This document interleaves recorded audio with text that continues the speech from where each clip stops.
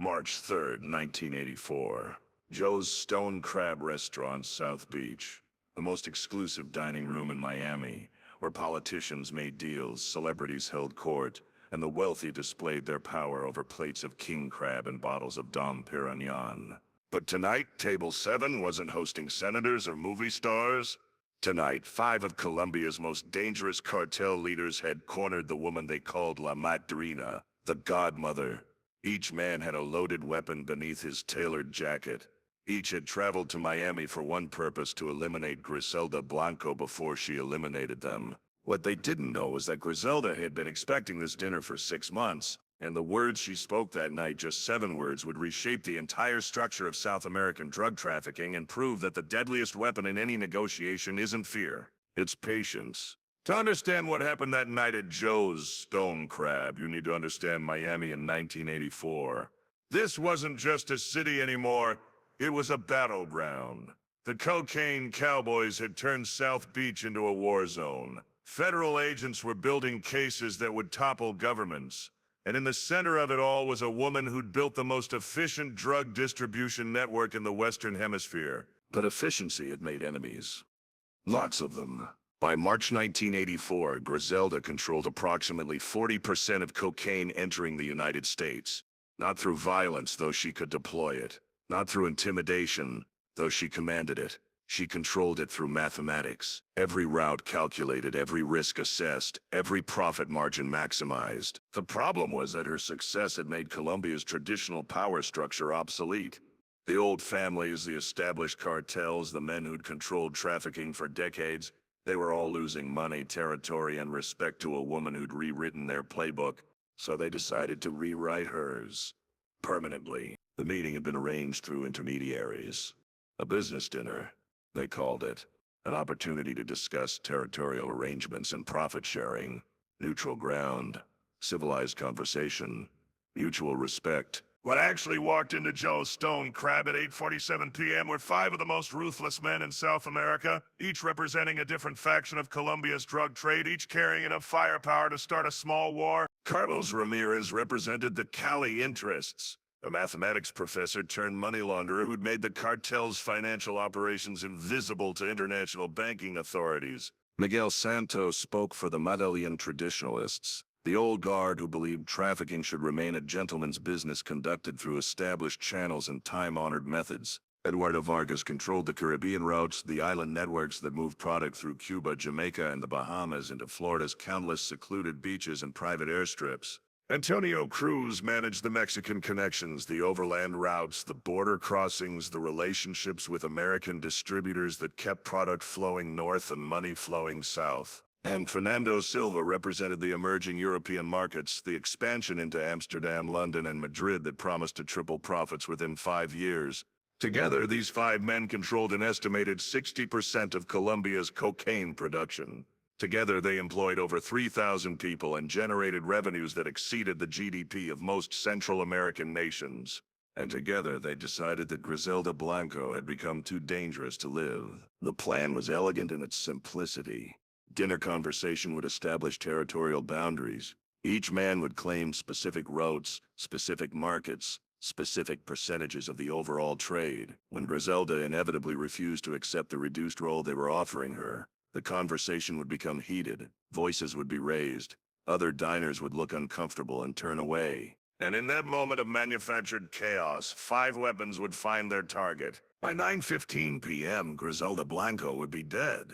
By 9:30, her organization would be leaderless, her networks disrupted, her territories available for redistribution among more cooperative parties. At least that was the plan. Griselda arrived at exactly 8:45 p.m., 2 minutes before her scheduled reservation. She wore a simple black dress, modest jewelry, and carried a small purse that contained nothing more threatening than lipstick and a business card for her attorney. She was alone, no bodyguards, no associates, no backup of any kind. To the casual observer, she looked like any other wealthy Miami socialite enjoying dinner at the city's most prestigious restaurant. But Griselda Blanco was never casual about anything. The hostess led her to table 7, where 5 men in expensive suits were already seated, drinks ordered, conversation flowing easily. They stood as she approached, a gesture of respect that masked their true intentions. "Señora Blanco, Carlos Ramirez said, extending his hand. "Thank you for joining us." "Gentlemen," Griselda replied, her voice calm and warm. "The pleasure is entirely mine." She took her seat with her back to the wall, a habit that had kept her alive for 15 years in a business where most people didn't survive 15 months. The five men arranged themselves around the table with practiced precision, each positioned to block a potential escape route. For the first 30 minutes, the conversation was perfectly civilized. They discussed Miami real estate, the upcoming election, the weather. They ordered wine, a 1978 Chateau Margaux that cost more than most people made in a month. They complimented the restaurant's new menu, shared recommendations about other establishments worth visiting. Anyone watching from nearby tables would have seen nothing more than six successful business associates enjoying an expensive dinner. But beneath the surface, a very different conversation was taking place. Every gesture was calculated, every pause was measured, every smile was a weapon being carefully positioned for maximum impact. At 9:17 p.m., Miguel Santos made the first move. "Senora Blanco," he said, setting down his wine glass with deliberate precision. "We should discuss business." "Of course," Griselda replied, cutting her stone crab with movements so smooth they seemed choreographed. "I assume that's why we're here." Carlos Ramirez leaned forward slightly. "The situation in Miami has become complicated.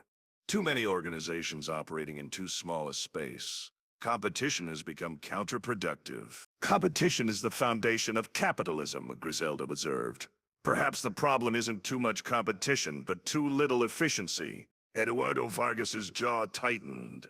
"Efficiency is less important than stability. When operations become too visible, too aggressive, they attract unwanted attention from authorities." "Are you suggesting my operations are unstable?" Griselda's tone remained perfectly pleasant, but something shifted in her eyes, something that made smart men reconsider their life choices. Antonio Cruz decided to be direct. "We're suggesting that your operations have grown beyond acceptable limits. That expansion needs to be managed." Fernando Silva nodded in agreement. "Managed through cooperation, through territorial agreements that benefit everyone involved." Griselda continued eating her crab, her expression thoughtful. Around the table, five men tensed imperceptibly, hands moving closer to their weapons. "I see," she said finally. "And what form would this cooperation take?" Carlos Ramirez pulled out a document from his jacket pocket. "We prepared a preliminary agreement. Territorial divisions, profit percentages, operational guidelines. Fair to everyone involved." He slid the papers across the table. Griselda glanced at them without picking them up. 23%, she said quietly. "I'm sorry," Miguel Santos asked. "According to your agreement, my organization would retain 23% of current operations, 23% of territories I developed, 23% of networks I built, 23% of profits I generated." The men around the table said nothing. In their silence, the restaurant's ambient sounds seemed impossibly loud. The clink of silverware, the murmur of other conversations, the soft jazz playing from hidden speakers. "That seems reasonable," Eduardo Vargas said carefully, considering the collaborative nature of the new arrangement. Griselda nodded slowly, as if seriously considering the proposal. Then she did something that confused everyone at the table. She signaled their waiter. "Excuse me," she said when the young man approached. "Could I see the dessert menu, please?" The waiter, clearly sensing the tension at the table but trained to ignore such things, handed her a leather-bound menu with gold lettering. "Thank you," Griselda said. She opened it and began studying the options with the same attention she'd given their territorial agreement. Around the table, five of Colombia's most dangerous men exchanged glances. This wasn't the response they'd expected. Anger, they could handle. Negotiation, they were prepared for. Violence, they were equipped to manage. But dessert orders, that was outside the scope of their planning. "The key lime pie looks interesting," Griselda mused, apparently oblivious to the growing tension. "Though I'm always partial to chocolate. What do you gentlemen recommend?" Carlos Ramirez cleared his throat. "Perhaps we should finish our business discussion first." "Oh, we are finishing it," Griselda replied. "Still studying the menu. I am just doing so on my timeline rather than yours." She looked up from the menu and made direct eye contact with each man in turn. When she spoke again, her voice carried a different quality, not louder but somehow more present, more commanding. You see, gentlemen, you've made a fundamental error in your calculations. You've confused efficiency with aggression. You've mistaken success for instability. And most importantly, you've assumed that because you outnumber me 5-1, you have some kind of advantage. Antonio Cruz's hand moved inside his jacket. Senora Blanco. Please don't, Griselda said calmly. Not yet. Let me finish. Something in her tone made him freeze. Around the table, the other four men tensed, but none of them drew their weapons. The agreement you presented assumes I built my organization through luck or accident. That my success was somehow unearned, undeserved, ready to be redistributed among more deserving parties. But that's not how I built what I built. She closed the dessert menu and set it aside. I built my organization by understanding something you gentlemen have never grasped, the difference between taking territory and earning it. The difference between demanding respect and commanding it. The difference between making threats and making promises. The waiter returned, notepad ready. Have you decided on dessert, ma'am? Yes, Griselda said. I'll have the chocolate souffle, and I believe these gentlemen will be leaving soon, so they won't be ordering anything. The waiter, sensing the dismissal in her tone, nodded and departed quickly. Miguel Santos leaned forward. You're outnumbered, Senora Blanco. 5-1. In a public place with no backup, no protection, no escape routes. Am I? Griselda asked. That's when the men around the table noticed something that made their blood go cold. Throughout their conversation, other diners had been finishing their meals and leaving. New customers had been seated at nearby tables. The restaurant's evening crowd was changing, rotating, evolving, but the changes weren't random. The elderly businessman at table 3 wasn't reading a newspaper anymore. He was watching their table with the trained attention of someone who'd spent decades observing potential threats. The young couple at table 12 weren't romantic tourists. They were positioned with clear sight lines to multiple exit points, their posture suggesting military training. The family celebrating an anniversary at table 9 included 2 men whose jackets hung in a way that suggested shoulder holsters. In the space of 90 minutes, while 5 cartel bosses had been focusing on their target had been surrounded by her own people. You see, gentlemen, Griselda continued, her voice still perfectly calm, the fundamental flaw in your plan wasn't tactical, it was philosophical. You assumed I would come to this meeting alone because I was arrogant or careless. In reality, I came alone because I didn't need anyone else. She gestured subtly toward the other diners. Everyone you see in this room right now works for me. The hostess who seated us, the sommelier who recommended our wine, the busboy who's been clearing tables near our conversation, even the jazz trio in the corner. They're on my payroll. Carlos Ramirez's face had gone pale. That's impossible. We chose this restaurant. We made the reservation. You chose this restaurant because your intermediary suggested it. Your intermediary who's been feeding me information about your plans for the past 6 months. You made the reservation through a phone number that routes through a system I control. You've been dancing to music I composed since the moment you decided I was a problem that needed solving. Fernando Silva's hand was shaking as it moved toward his weapon. You're bluffing, am I? Griselda asked. She raised her hand slightly, a gesture so subtle it might have been adjusting her bracelet. Throughout the restaurant, a dozen people turned to look at their table. Not obviously, not threateningly, but with the coordinated precision of a well-trained unit awaiting orders. Here's what's going to happen, Griselda said, her voice dropping to barely above a whisper. You're going to sit quietly while I enjoy my dessert. You're going to pay the check, all of it, including my meal because you invited me here. And then you're going to walk out of this restaurant and fly back to Colombia. Eduardo Vargas found his voice. And then you're going to explain to your respective organizations that Griselda Blanco is not a problem to be solved. I'm a reality to be accepted. My operations will continue exactly as they have been. My territories will remain under my control. My profits will not be redistributed. She paused as the waiter arrived with her chocolate souffle, the dessert perfectly timed, perfectly presented. Thank you, she said to the waiter. Then, to the 5 men around the table. The alternative, of course, is that none of you leave this restaurant alive. Your organizations spend the next 5 years trying to figure out what happened to their leadership, and I take over your operations in addition to maintaining my own. Antonio Cruz was sweating now. You can't eliminate all 5 of us. The repercussions would be significant but manageable. Griselda interrupted. I've been preparing for this contingency since before you decided to have this meeting. Succession plans have been developed for each of your organizations. Key personnel have been identified and contacted. Financial arrangements have been established. Within 6 months, your entire network would be operating under my management. She took a small bite of her souffle, savoring the chocolate. Of course, that would be inefficient. Unnecessary violence, disrupted cash flows, complicated logistics. Much better for everyone if we simply acknowledge reality and continue working within the current structure. Miguel Santos tried one last desperate play. What about Pablo? Escobar won't accept your continued expansion. For the first time that evening, Griselda smiled. Not a pleasant smile, but not threatening either. Something between amusement and pity. Pablo Escobar called me 3 days ago. He wanted to discuss your meeting tonight. Apparently he's been receiving similar invitations from various concerned parties. We had a very productive conversation about territorial respect and mutual non-interference.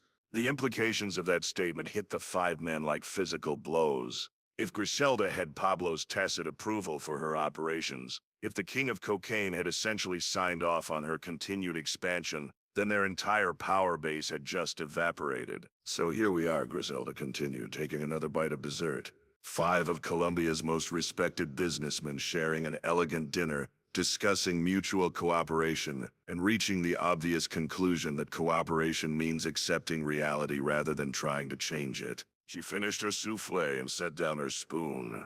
Now, I believe I mentioned you gentlemen would be leaving soon, and you will be paying the check. All of it. Carlos Ramirez reached for his wallet with movements that suggested he was trying very hard not to make any gesture that might be interpreted as threatening. The entire evening, Griselda said as he placed several $100 bills on the table, has been illuminating. I've learned that you respect my work enough to consider it a threat, that you understand my efficiency well enough to want to claim it for yourselves, and that you have enough intelligence to recognize when a situation has moved beyond your control. She stood gathering her small purse. I've also learned that when faced with superior planning, superior positioning, and superior execution, you're smart enough to accept reality gracefully. That suggests we can work together in the future, as long as you remember who's setting the terms. One by one, the 5 men stood as well. They looked like they were attending their own funeral, which in a way they were. Their plan to eliminate Griselda Blanco had died that night, and with it their delusions about controlling Miami's drug trade. As they filed out of the restaurant, Griselda made one final observation. Gentlemen, the 7 words I spoke tonight that will reshape our business relationship. I came alone because I didn't need anyone else. Remember them, because the next time you consider whether Griselda Blanco is a problem to be solved, remember that problems don't orchestrate solutions. Only people with power do that. She walked to the restaurant's entrance, where a valet was already waiting with her car keys. And gentlemen, she called back to them as they stood uncertainly on the sidewalk. Next time you want to have dinner with me, make sure you're actually hungry, because I don't like wasting food on people who can't stomach the meal they've ordered. Within 3 months, all 5 men had quietly withdrawn from operations that competed directly with Griselda's networks. Within 6 months, they were actively coordinating with her organization to maximize efficiency and minimize conflicts. Within a year, Griselda Blanco controlled 65% of cocaine entering the United States, and every major Colombian cartel was either working with her or had learned to stay out of her way. The dessert she'd ordered that night, chocolate souffle, became a legend in Miami's underworld. Restaurant owners across the city reported that whenever someone ordered chocolate souffle, other diners would go quiet, wondering if they were witnessing history repeat itself. But the real lesson of that evening wasn't about power or strategy or even survival. It was about understanding. Griselda Blanco had understood something her 5 would-be killers had missed. The difference between appearing weak and being patient, between being outnumbered and being outplanned, between making threats and making reality. She'd walked into that restaurant knowing exactly how the evening would end. Not because she was psychic or lucky, but because she'd spent 6 months ensuring that every variable was under her control before she allowed the meeting to take place. The 5 men had thought they were setting a trap. What they'd actually done was walk into a theater where Griselda had written the script, hired the actors, and directed every scene. Years later, when federal investigators tried to understand how one woman had managed to outmaneuver Colombia's most established cartels, they kept returning to that dinner at Joe's Stone Crab. Not because it was violent or dramatic, but because it demonstrated something more dangerous than either violence or drama. It demonstrated absolute control. The ability to sit calmly while 5 armed men planned your death, ordered dessert while they calculated your weaknesses, and transformed their assassination attempt into a business meeting where they ended up paying for your dinner. That's not crime. That's artistry. And Griselda Blanco was the greatest artist Miami's underworld ever produced. The chocolate souffle was excellent, by the way. She finished every bite,